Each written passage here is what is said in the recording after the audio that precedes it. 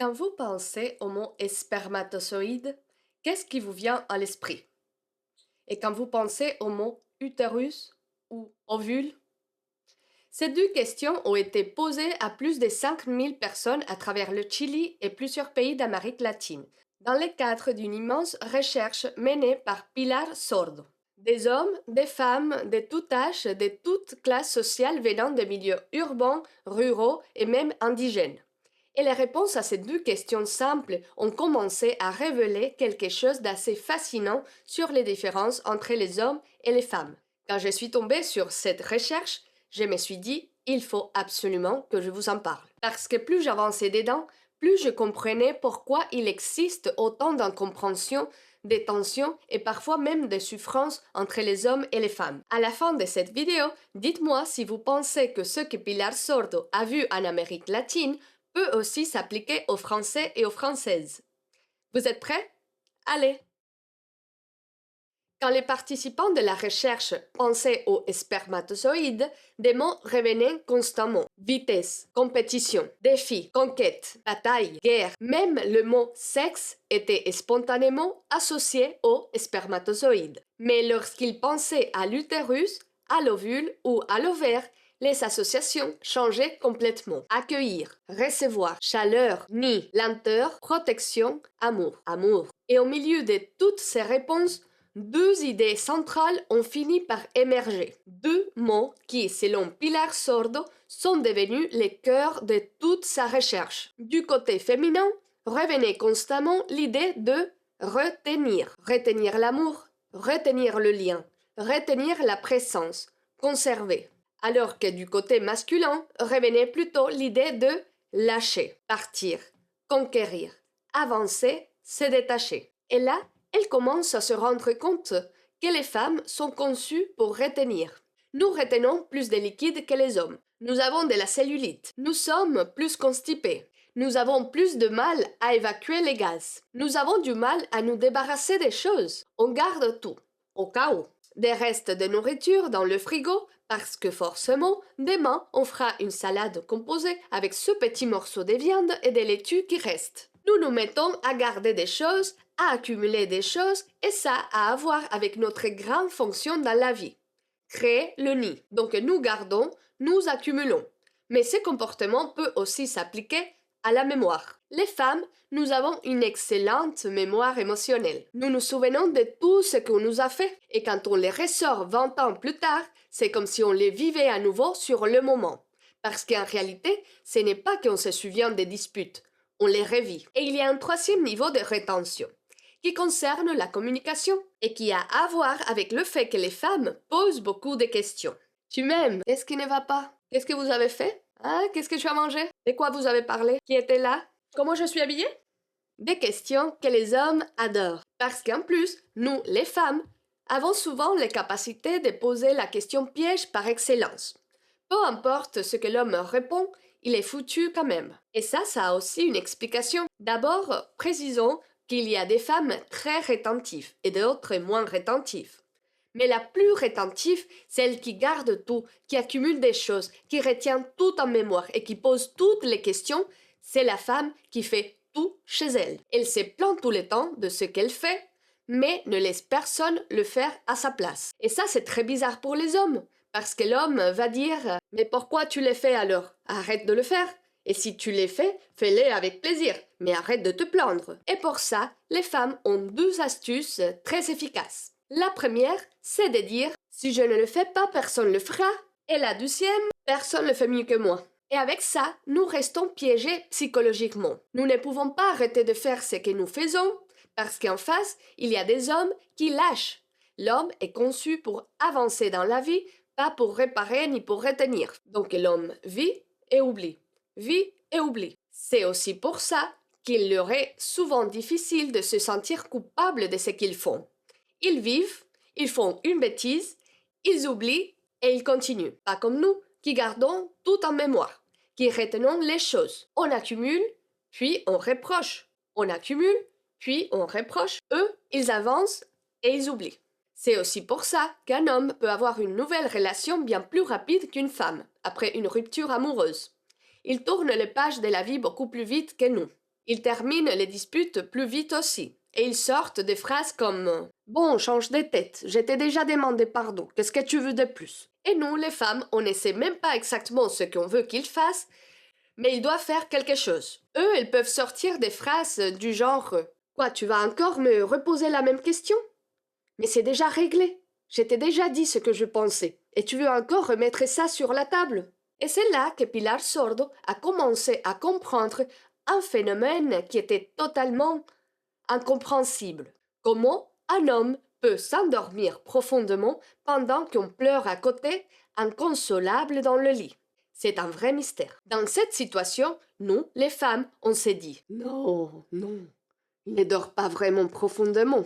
Comment il ne peut pas être affecté par ma peine? Mais non, le gars, il dort à point fermé. Parce qu'en fait, il a fait le raisonnement suivant. Je ne vais pas résoudre ce problème maintenant. Demain, je dois aller travailler. Donc j'ai besoin de dormir. Alors, il se tourne de l'autre côté et il s'endort. Vraiment. Et le lendemain matin, il se réveille frais comme une laitue, il a tout oublié de la dispute et il demande T'as bien dormi? Et là, nous, avec notre côté rétentif, on soupire et on dit J'ai pas dormi de la nuit. Et c'est là que Pilar Sordo arrive à une autre idée très intéressante dans ses recherches. D'abord, le fait que les hommes ont profondément besoin de se sentir admirés, tandis que les femmes ont davantage besoin de se sentir indispensables. Mais elle explique aussi autre chose. Dans ses recherches, les femmes utilisent en moyenne environ 27 000 mots par jour, contre environ 10 000 mots pour les hommes. Mais selon elle, le vrai problème n'est pas simplement une différence de quantité. Le problème, c'est que beaucoup d'hommes dépensent presque tous leurs mots avant même de rentrer à la maison. Ils parlent au travail, avec leurs collègues, avec leurs clients, avec le monde extérieur. Et quand ils rentrent chez eux, il leur reste souvent 2 phrases. Je suis fatiguée, j'ai faim, hein? Et les silences commencent. Alors, beaucoup de femmes ont l'impression que les hommes ne parlent pas. Mais selon Pilar Sordo, ce n'est pas tout à fait vrai. Les hommes parlent, simplement, ils parlent surtout à l'extérieur. Et c'est là qu'elle avance une idée extrêmement forte. La majorité de la parole masculine est souvent donnée aux personnes qui rapportent de l'argent, et non à celles qui donnent de l'amour. Et ça, selon elle, révèle un énorme déséquilibre émotionnel dans notre société. Parce qu'à partir du moment où un homme comprend qu'il doit aussi nourrir émotionnellement son foyer, sa femme,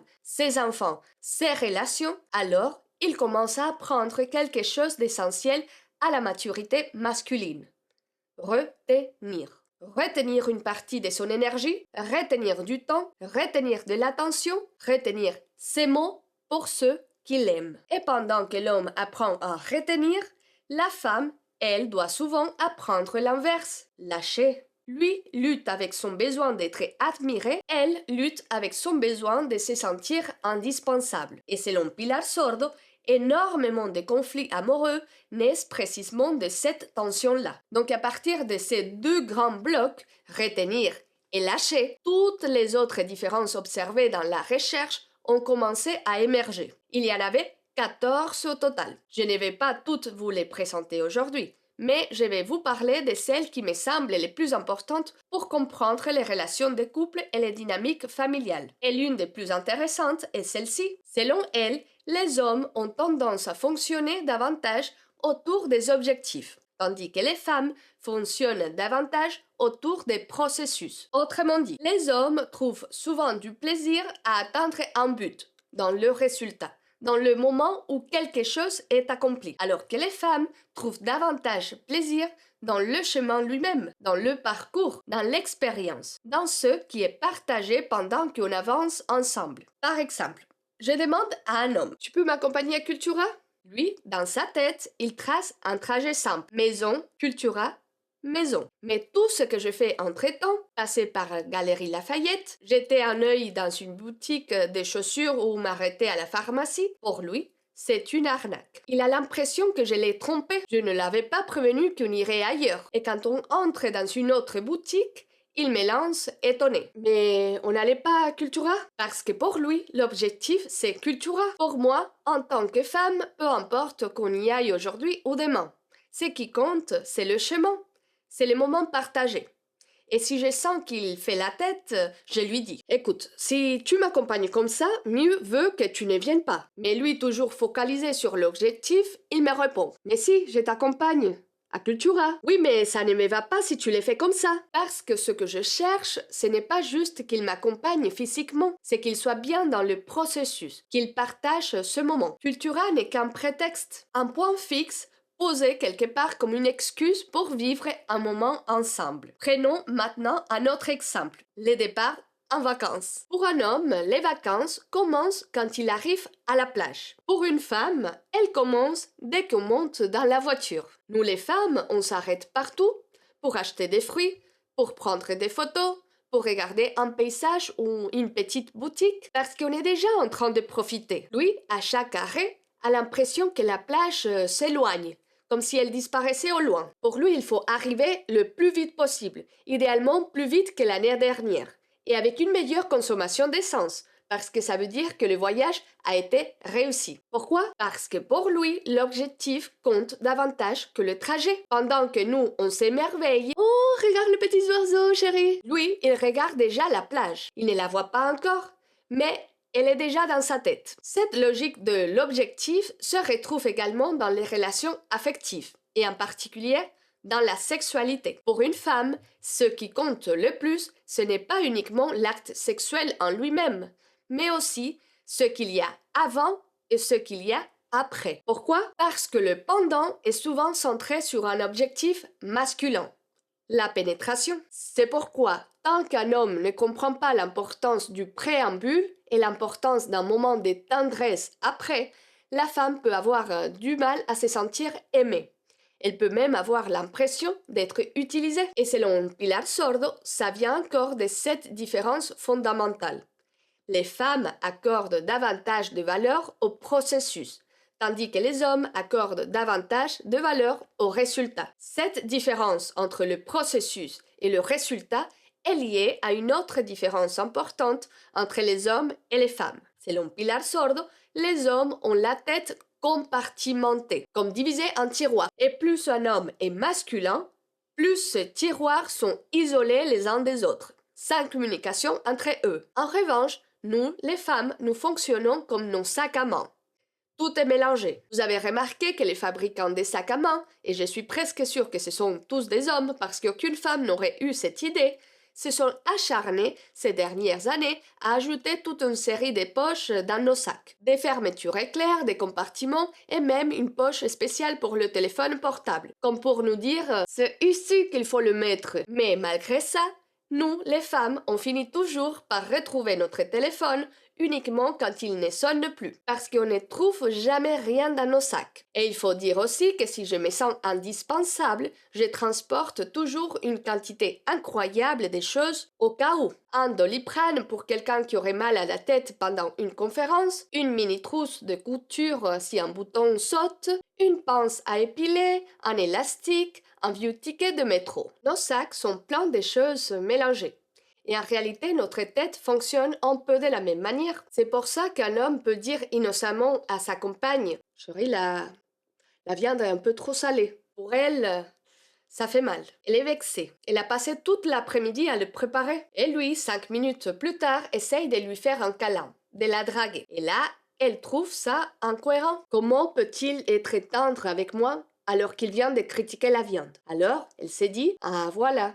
Il est gentil seulement quand ça l'arrange. » Et lui, qui a déjà oublié sa phrase, la regarde sans comprendre. « Mais pourquoi tu dis ça? Tu me demandes pourquoi? Tu viens de me dire que je sers à rien. » Et lui ne comprend pas. Parce que pour lui, ce n'était qu'une remarque sur la viande.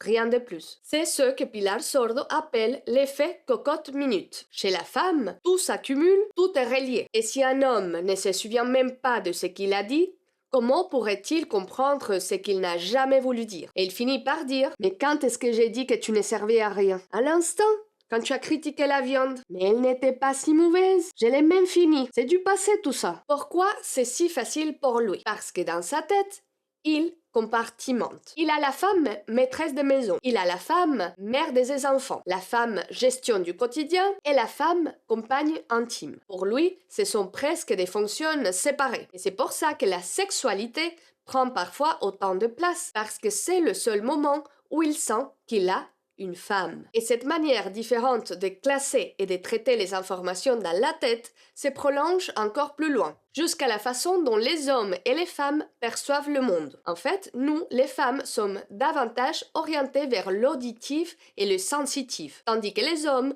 sont davantage orientés vers le visuel. Autrement dit, les informations que les hommes reçoivent passent principalement par la vue, alors que pour les femmes, elles passent davantage par l'ouïe et les sensations. Ces phénomènes seraient directement liés à notre constitution biologique, car cette idée prend encore plus de sens si on regarde la manière dont chacun est connecté à son propre corps. Comme les femmes n'ont pas un accès visuel direct à leurs organes sexuels, et c'est le cas de toutes les femmes, il faut littéralement faire des acrobaties pour se voir, sinon c'est impossible, la plupart du temps, une femme ne voit pas ce qu'elle produit. Quand elle urine, elle ne voit pas l'urine. Elle la sent, elle l'entend, mais elle ne la voit pas. Quand elle allaite, elle ne voit pas le lait sortir. Elle sent, elle perçoit, elle entend le bébé. Quand elle est excitée sexuellement, il n'y a pas de signal visuel direct évident. Et même l'orgasme féminin ne s'accompagne pas d'un repère visuel aussi clair. Du côté des hommes, en revanche, la dimension visuelle est beaucoup plus présente. Ils sont face à leur corps,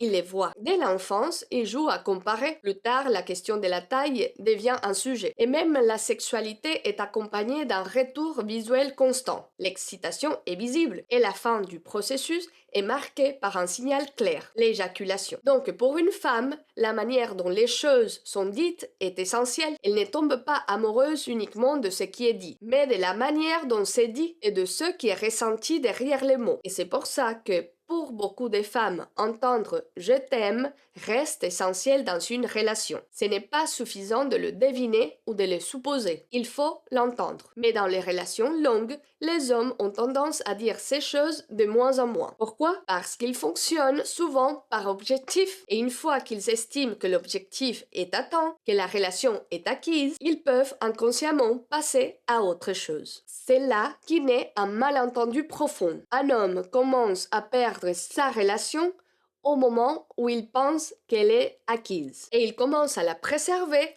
le jour où il comprend que ce n'est pas un objectif terminé, mais un lien vivant à entretenir en continu. Pour les femmes, ce lien se nourrit profondément de ce qui est entendu, de ce qui est exprimé et de ce qui est répété dans le temps. Une autre différence importante, c'est que le comportement féminin tend à externaliser le bonheur, à le placer à l'extérieur, tandis que le comportement masculin a tendance à l'internaliser. Autrement dit, un homme est heureux dans la mesure où il atteint les objectifs qu'il s'est fixés, tandis qu'une femme est heureuse non seulement lorsqu'elle atteint ses objectifs, mais aussi et surtout lorsqu'elle a la sensation que les personnes qu'elle aime vont bien et sont en harmonie avec elle. Cette différence de focalisation permet de mieux comprendre une dynamique plus large du bonheur féminin. Dans bien des cas, le bonheur féminin est étroitement lié à des facteurs extérieurs. Et bien sûr, il existe différents degrés dans cette tendance. Il y a des femmes très externalistes, c'est-à-dire que tout ce qu'elles vivent,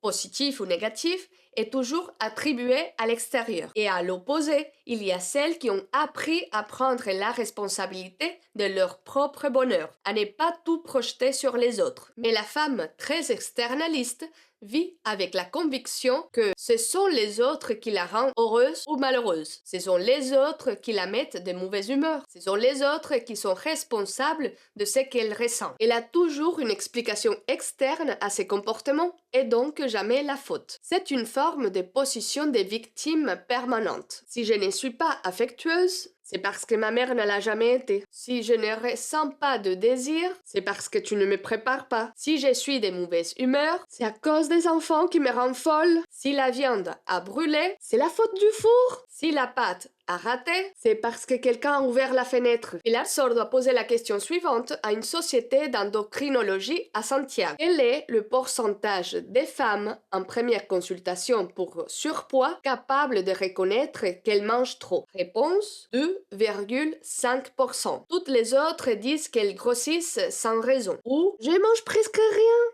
Et j'ai grossi quand même.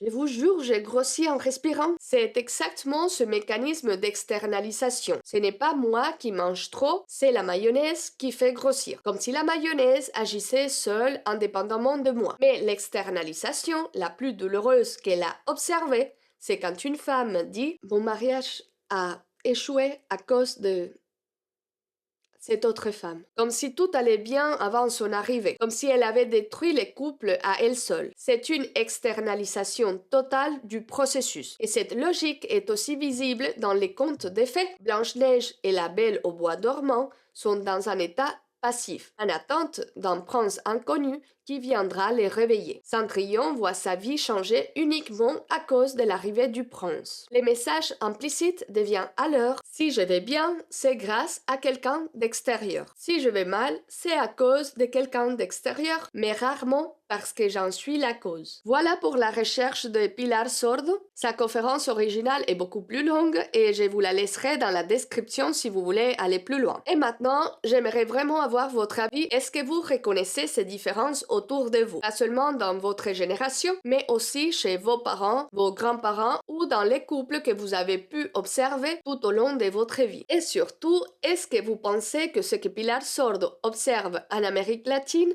peut aussi s'appliquer aux Français et aux Françaises? Je suis très curieuse de lire vos réponses dans les commentaires et si ce sujet vous intéresse, j'ai déjà publié la 2e partie de ma série sur les différences entre les hommes et les femmes. Et la 3e arrive bientôt. Je vous les laisse alors juste par ici. Et voilà, Mama Chulita vous dit au revoir. Ciao!